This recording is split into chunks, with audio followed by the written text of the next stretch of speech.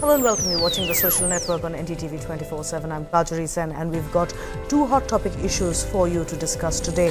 First of all, how misogynist is India? We've been talking about the dialectic here, but is it a report which has been made by a university student abroad that has now gone viral, forcing us to confront a reality of what the situation is like on the ground for all of us almost every day when we are women on the streets of this country? The other big issue, and it affects each one of us and it hits us where it hurts, and that's what's happening with the depreciating rupee. Those are going to be the two big topics that we're going to be bringing up for you.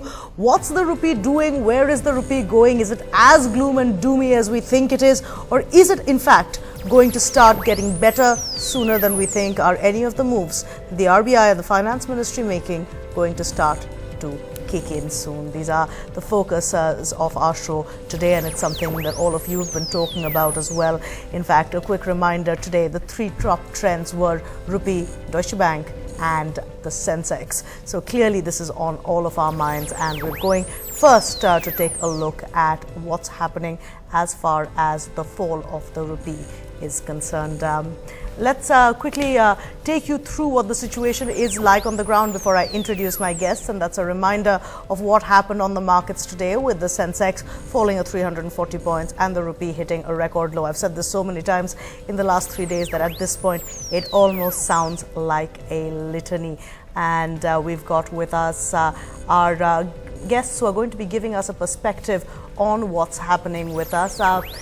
Let's start with you first. Let's really now get a sense of what's going on. And the question right now is, at a point where last month when I was doing this, I said, rupee at 60, how high is it going to go? Is it going to reach 65? We're nearly there. We hit 64.5 today. At this point, experts are saying it's going to possibly reach 70. Is that hyperbole, or at this point, is there no such thing as an absolute rock bottom? Philosopher called Karl Popper formulated a theory called reflexivity, which a bloke called George Soros, who is an expert on global currencies, believes in. Essentially, once you have a trend happening, panic sets in, emotions get involved, the trend usually overshoots. So until the trend ends, you really don't know where it's going to end. You can set targets, but only in practical terms, and only as in there's a 75% chance it will hit this and a 90% chance it will hit that. Those are high percentile chances.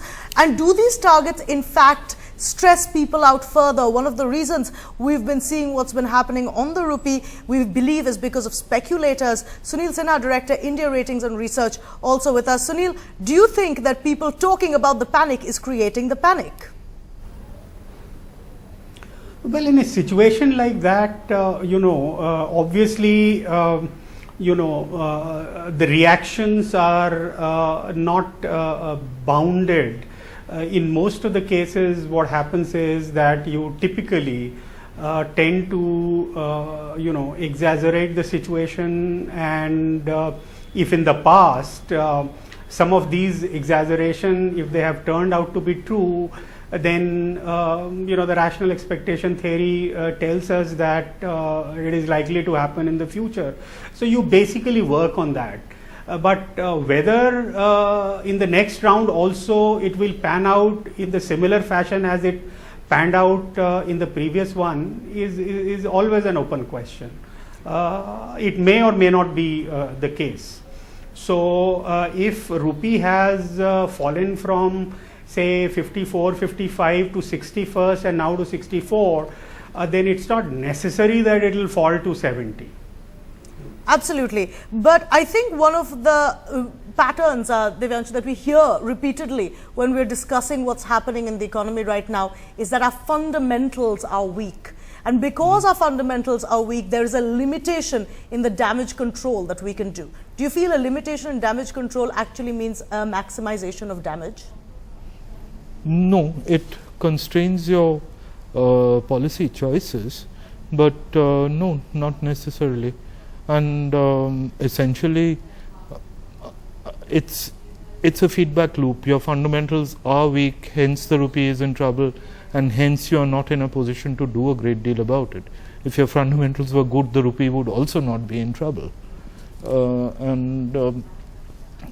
Yeah, I mean, there are a lot of things the government can do. All of them will involve taking hard policy decisions and implementing them. In a sense, this is an eyeball to eyeball. You have a bunch of guys who are looking at the fundamentals and saying that the rupee should go down.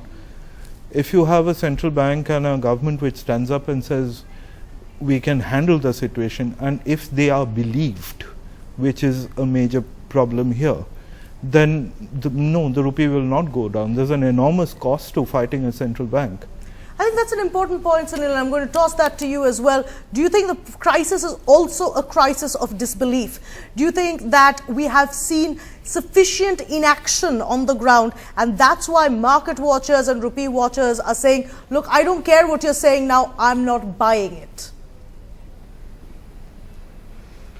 Well, you know, if you look at the events as it has unfolded in the past 2 months, you know, what has happened is that as the rupee started sliding, you know, the RBI from time to time came up with, you know, the short-term solutions, basically to check the volatility in the rupee.